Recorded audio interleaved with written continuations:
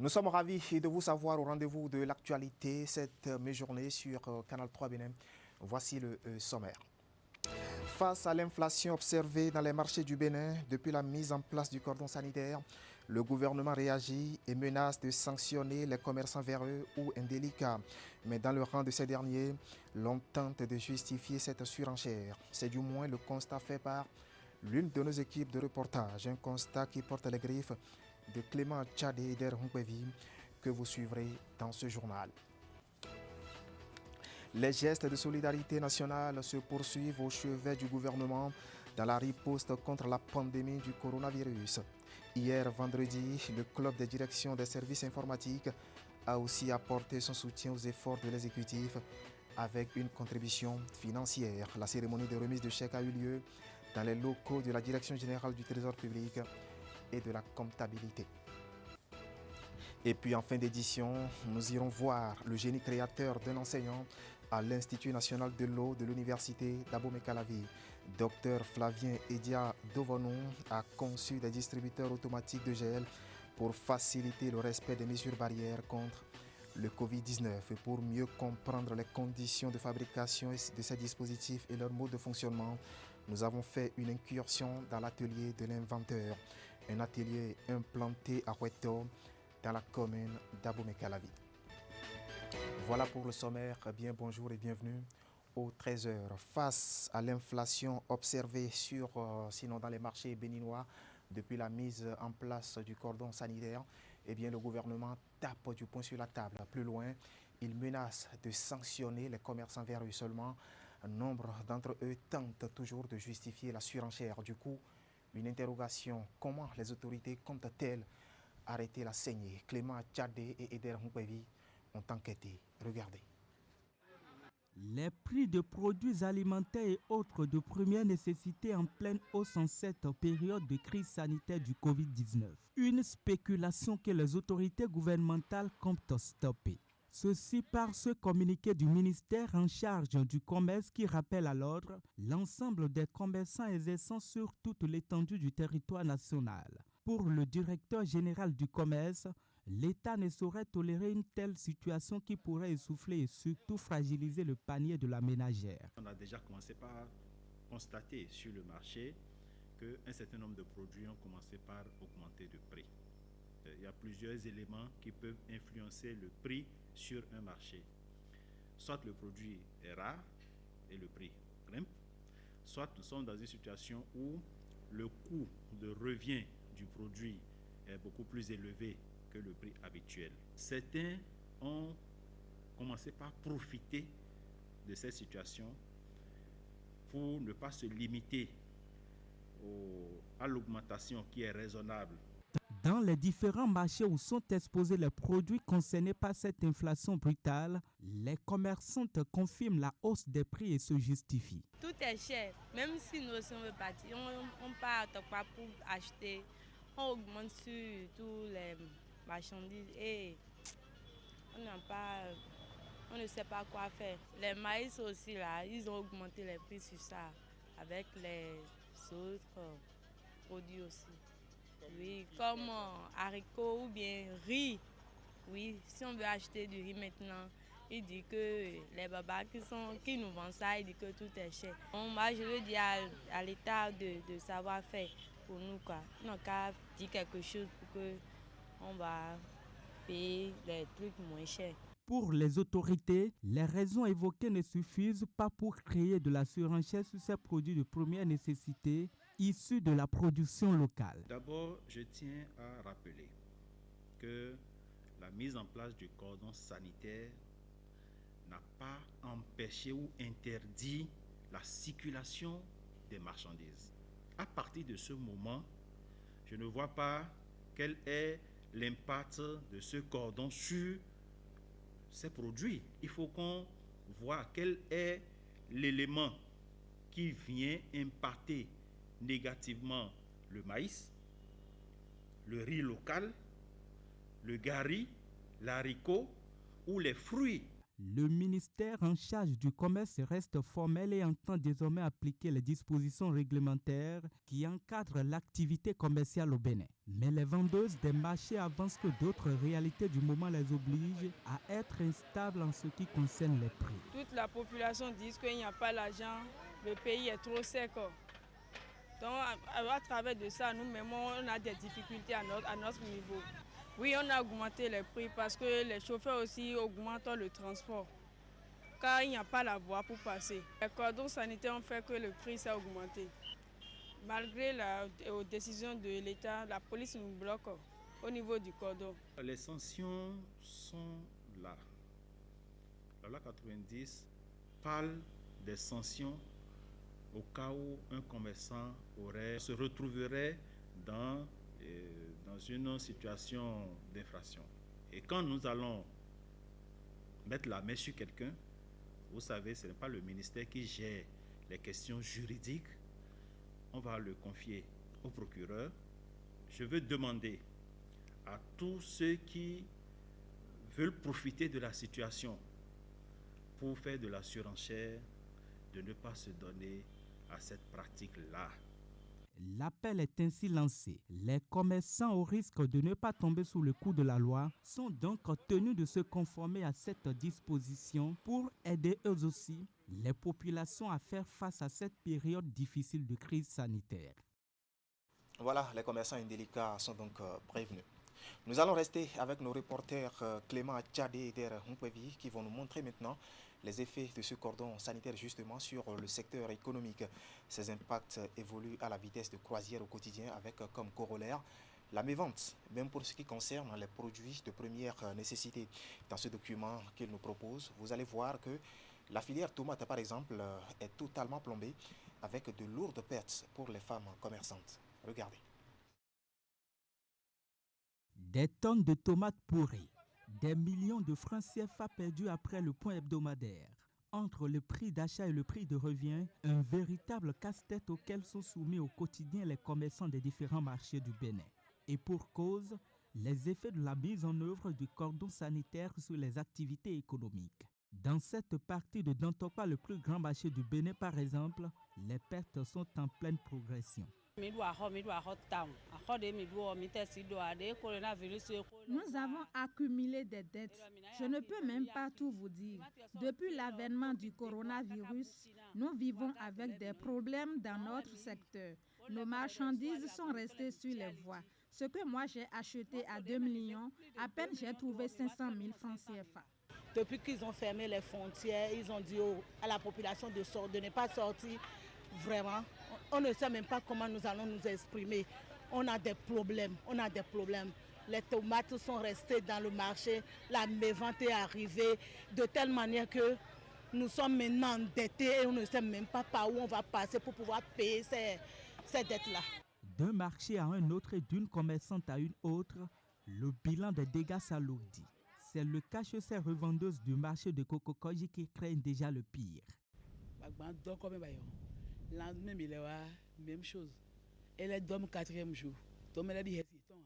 Pendant plusieurs jours, mes tomates sont restées sur la route à cause du cordon sanitaire. Sur une commande de 2 millions, j'ai pu récupérer 900 000 francs CFA.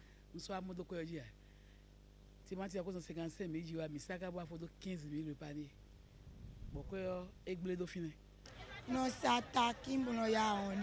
Moi, je vends le piment et d'autres condiments. Les frontières sont fermées et nous ne voyons plus nos clients. Du coup, nous ne vendons plus. Qu'ils nous trouvent une solution.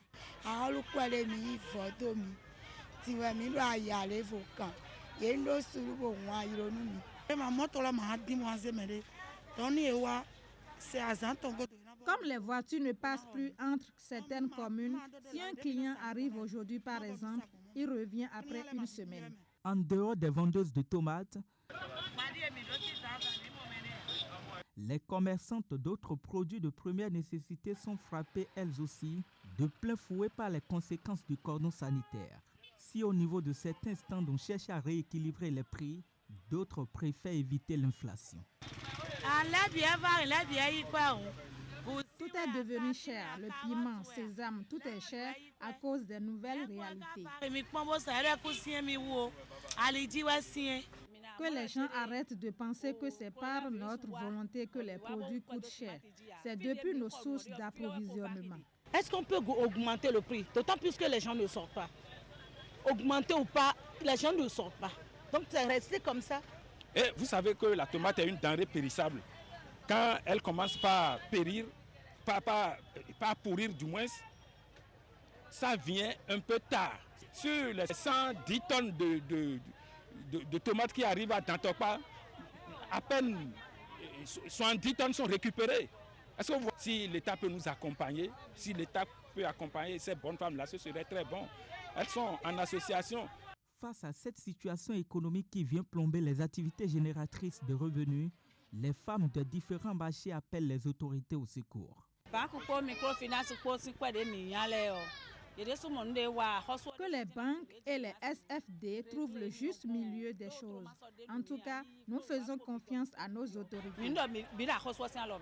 Le ministre du Commerce, le ministre de l'Agriculture, eux tous n'ont qu'à arriver à notre secours. Parce qu'on n'a plus d'autres ressources. On veut voir le président même parce qu'on a assez de problèmes. Nous voulons voir Patrice Talon, les femmes de Dantokpa qui vendent la tomate là. Nous voulons le voir. On tient à le voir parce qu'il est notre poumon. Nous demandons à l'État de nous aider. Ailleurs, on fait des dons de vivres et des appuis financiers. Si chez nous aussi au Bénin, on peut nous faire la même chose, ce serait bien. De toutes les façons, les commerçantes ne désespèrent pas au vu de leur charge familiale. Mais elles doivent faire aussi face aux crédits contractés auprès des institutions de microfinance et des banques. En attendant la levée des barrières du cordon sanitaire, elles continuent de payer le prix d'une pandémie qui progressivement étouffe tous les secteurs économiques. Voilà un document sur les impacts du cordon sanitaire sur le secteur économique, document signé Clément Tchadé et Eder Hunkwevi. Dans le même temps, l'emballage d'affection s'alourdit au chevet du gouvernement dans la riposte contre le coronavirus. Hier vendredi, le club de direction des services informatiques a aussi apporté son soutien aux efforts de l'exécutif avec une contribution financière d'1 million de francs CFA. La cérémonie de remise de chèques s'est déroulée dans les locaux de la direction générale du Trésor public et de la comptabilité. Idrissou Boukari. 1 million de francs CFA, c'est la contribution du club de direction des services informatiques pour soutenir le gouvernement dans son combat contre la pandémie du coronavirus. Le chèque est reçu par le directeur général du Trésor et de la comptabilité publique. Pour Alain Baguidi, président du club, cet appui financier est l'expression de la solidarité de l'ensemble des directeurs des services informatiques. Et donc nous nous sommes sentis concernés depuis que nous avons appris qu'il y avait une possibilité d'accompagner un mouvement pour accompagner le gouvernement et pour soulager un peu les peines des hommes et des femmes. L'ensemble des directeurs informatiques, nous sommes concertés et nous avons dit qu'il fallait quand même qu'au plan social, nous puissions participer à cet élan national. Et c'est pour cela que nous sommes venus, juste pour remettre un chèque modique. Ce n'est pas vraiment important, mais c'est notre geste, c'est ce que nous pouvons faire pour notre nation, pour montrer notre solidarité et à notre pays, pour que, même si c'est juste une goutte d'eau qui tombe dans la mer, que nous ayons accompagné ce qui se passe au plan social. Le geste du club de direction des services informatiques vient répondre à un besoin, dira le directeur général du Trésor et de la comptabilité publique. Il faut donc encourager cette démarche et demander à d'autres structures de leur emboîter le pas. Lorsqu'on parle des DSI, la première chose à laquelle on pense, c'est l'ordinateur, c'est le clavier, c'est la technique. Mais pas votre geste. Nous constatons que les DSI du Bénin ont un cœur. Et donc, la science qui se fait au Bénin, la science qui se construit, a de l'avenir. Donc, c'est toute une symbolique que votre geste comporte. Et je voudrais très sincèrement vous en remercier et souhaiter que plusieurs organisations comme la vôtre vous emboîte le pas parce que les besoins sont immenses en cette matière. Après réception du chèque d'1 million de francs CFA, le directeur général du Trésor et de la comptabilité publique entend rendre compte à qui de droit. Une quittance sera délivrée à la délégation qui, à son tour, sera appelée à rendre compte à ses mandants. Le 11 mai prochain, le monde scolaire reprendra le chemin des classes au Bénin. Après la prorogation des congés de Pâques, une mesure qui avait été prise par le gouvernement pour éviter les contaminations de masse au Covid-19 dans les écoles. Seulement, cette mesure n'est pas sans conséquence sur le budget de fonctionnement des établissements privés. Les promoteurs d'écoles privées disent surtout n'avoir rien reçu du gouvernement pour amortir le choc. Le président de leur patronat nous exprime ici sa déception, mais invite surtout ses collègues à la patience. Darius Aouedji est au micro de Idrissou Boukari. En ce qui concerne les mesures prises par le gouvernement, et nous, promoteurs, nous avons constaté avec regret que les dispositions prises, il y a une sorte de discrimination entre les établissements scolaires privés et les publics, ce que nous avions toujours dénoncé. Deux exemples. Le port des masques qui est gratuit à distribuer aux élèves du public, ceux des privés en sont privés. Il y a aussi la question de dépistage du Covid-19 des enseignants. C'est commencé hier dans l'Ouémé, précisément à Blangandan, et les enseignants du privé sont allés et on ne les a pas pris en compte. C'est vraiment dommage. Ensuite, en ce qui concerne l'accompagnement éventuel du gouvernement en direction des établissements scolaires privés, l'accompagnement des établissements privés à cause des difficultés de ces établissements, cet accompagnement n'a pas été pris en compte. Il a été ignoré parce que vous savez bien, avec la crise sanitaire qui est extraordinaire, il y a les conséquences sur le budget des établissements scolaires privés. Nous avons des problèmes pour payer les enseignants, surtout ceux du primaire, qui sont plus ou moins permanents dans nos écoles. Et face à tout ça, l'État n'a encore rien dit. Et vous savez, aux problèmes extraordinaires, les mesures extraordinaires. Donc on s'attendait à ce que le gouvernement puisse quand même accompagner les établissements scolaires privés en ce sens-là. Le ministre nous a dit que le gouvernement va recenser les branches d'activité dans lesquelles il y aurait l'impact sur les activités de certaines structures qui auraient des impacts à cause de la crise sanitaire. Mais en ce qui concerne les privés, il n'a rien dit de précis. C'est vraiment dommage. Et là, dans ce cas, moi, je voudrais quand même dire aux promoteurs d'avoir du courage. Parce qu'en fait, il faut reconnaître que chaque gouvernement a la politique de l'éducation. Pendant la Révolution, l'État révolutionnaire avait souhaité que les écoles soient nationalisées. Bon, actuellement, dans le contexte actuel, le gouvernement, malgré les performances des écoles privées, ignore à peu près nos doléances. C'est pour ça qu'au terme de la réunion, on n'a pas jugé utile de faire encore de nouvelles doléances. Alors je voudrais demander aux promoteurs d'écoles privées de prendre du courage. Nous allons voir dans quelle mesure nous allons nous adapter au contexte actuel. Est-ce que nous allons subsister ou pas? Point d'interrogation. Place maintenant à un génie créateur qui sort un outil de prévention contre le coronavirus. Il s'agit du docteur Flavien Edia Dovonou, enseignant à l'Institut national de l'eau de l'Université d'Abomey-Calavi. Il a conçu des distributeurs automatiques de gel pour faciliter le respect des mesures barrières, vu que déjà l'on constate par endroits le relâchement, surtout en ce qui concerne le lavage des mains à l'eau et au savon. Une meilleure façon pour contribuer aux efforts du gouvernement. Faisons une incursion dans son atelier implanté à Weto, c'est dans la commune d'Abomey-Calavi. Notre guide à nom, Idrissou Boukari. À côté de ces conséquences dévastatrices, la pandémie du coronavirus vient révéler davantage le génie béninois.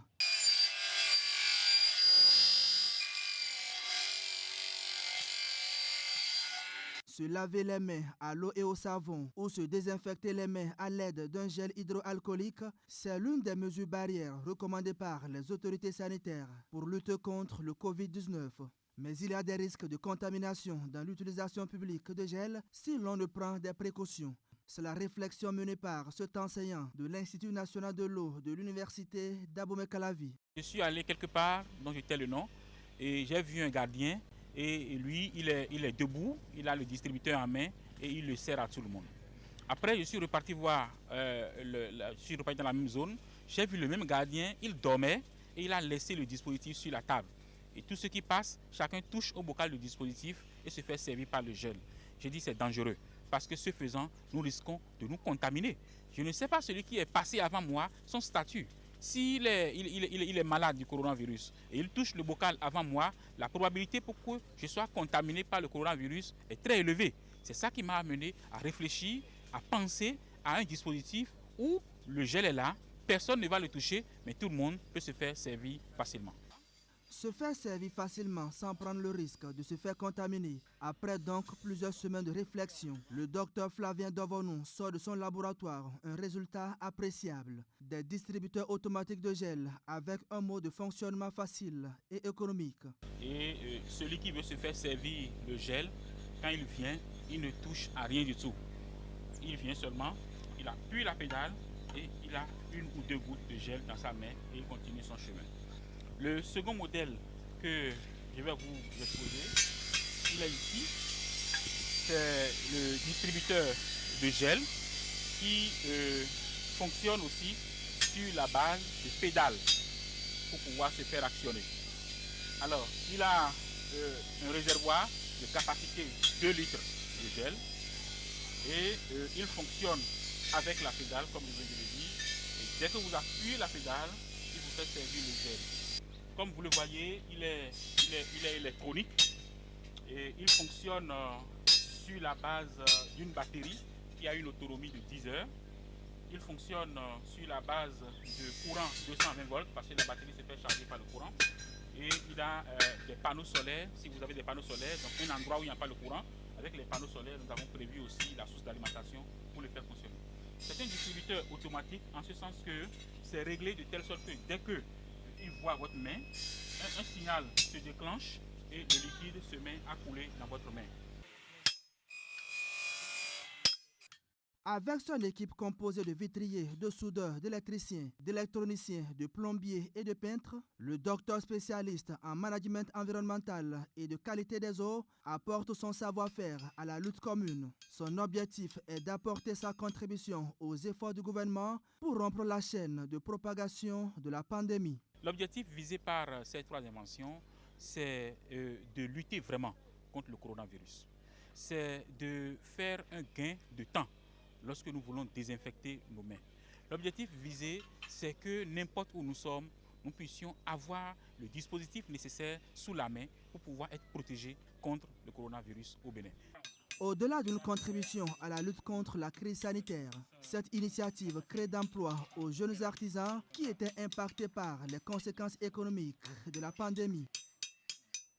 Voilà le génie béninois au service bien sûr de la lutte contre le coronavirus. Pour mettre un terme à cette édition, prenons la direction de la Cité Royale à Abomey pour évoquer le projet de construction du marché Ondiro. Un peu plus de 3 mois après le lancement officiel des travaux, les 2 sites de relogement devant accueillir les revendeuses sont fin prêts. C'est du moins le constat que fait ici Imet Hélène Amoussou. Regardez. Espace d'importants échanges commerciaux, le marché Ondiro d'Abomey sera totalement transfiguré au terme du projet de construction et de modernisation des marchés urbains lancé récemment par le gouvernement. Depuis la remise du site, l'entreprise Gétran, en charge des travaux, s'est employée à apprêter les emplacements pour reloger les bonnes dames commerçantes du marché. Un peu plus de 3 mois après, et conformément au cahier de charge, tout semble être prêt pour accueillir les revendeuses ainsi que les clients. Nous avons 2 sites de relogement qui ont été mis à notre disposition. Il y a le site du marché de Ahito, le petit marché qui fait face à l'ancienne prison d'Abomey. Là-bas, il y a 240 places qui sont en exécution déjà. Et ici, il y a environ 1000 places qui sont en exécution. Et il reste quelques hangars que nous n'avons pas encore implantés, que nous allons implanter incessamment. Sur les 2 sites, il y a 23 hangars de 80 places environ. Si ce n'était pas le mal de coronavirus qui nous a ralenti un peu, d'ici 2 semaines, nous sommes certains que nous allons finir déjà ces rencarts et quitte à l'autorité communale d'assurer le relogement pour que les travaux démarrent déjà dans le marché. La délocalisation provisoire du marché va non seulement permettre la continuation des échanges, mais aussi le bon déroulement des grandes œuvres de maçonnerie et de finition sur l'ancien site. La démarche est saluée par les commerçantes. Néanmoins, elles craignent le dispersement de leur clientèle. Ces dernières ont aussi soulevé d'autres inquiétudes sur lesquelles devraient se pencher les autorités communales.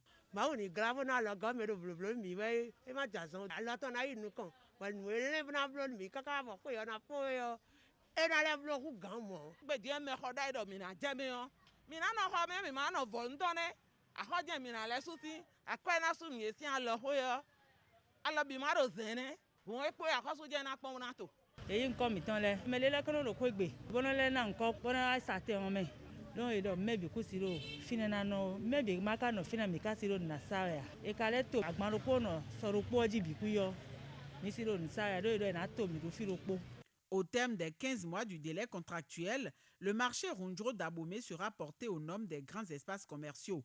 L'infrastructure à réaliser est constituée de bâtisses de type R+1 comportant des boutiques spacieuses. Il est également prévu d'autres locaux, dont certains réservés pour l'administration. À l'intérieur, les usagers disposeront aussi de toilettes hommes et dames, des espaces aménageables. Il y aura aussi des caniveaux connectés à ceux de la ville. Voilà, merci à Imet Selena Mousso pour les caractéristiques de ce projet, un projet conçu justement pour beaucoup plus de confort et de plaisir aux usagers du marché Rundjo. On était à Abomey, dans la cité royale. Ainsi va l'actualité cette mi-journée sur Canal 3 Bénin. Derrière moi, toute une équipe composée de journalistes et de techniciens vous remercie de nous avoir suivis. Restez en compagnie de nos programmes et à 19h30, retrouvez Ulrich Ekouegaba pour la grande édition vespérale. Bon appétit.